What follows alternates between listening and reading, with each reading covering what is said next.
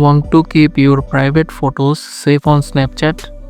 In this video, I will guide you through how to hide or lock photos on Snapchat in My Eyes only. First, open Snapchat app on your phone. If you seeing the turn on message like mine, give the camera access. Now tap on here. Then scroll the top bar like me and tap on My Eyes only option. Here click on setup. Now enter a 4-digit password. Then again enter the same password. Here you can see your password. Now check the box below and click continue.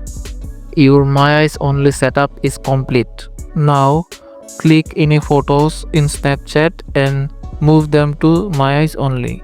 Then when you want to see the pictures, you have to enter the password to see them.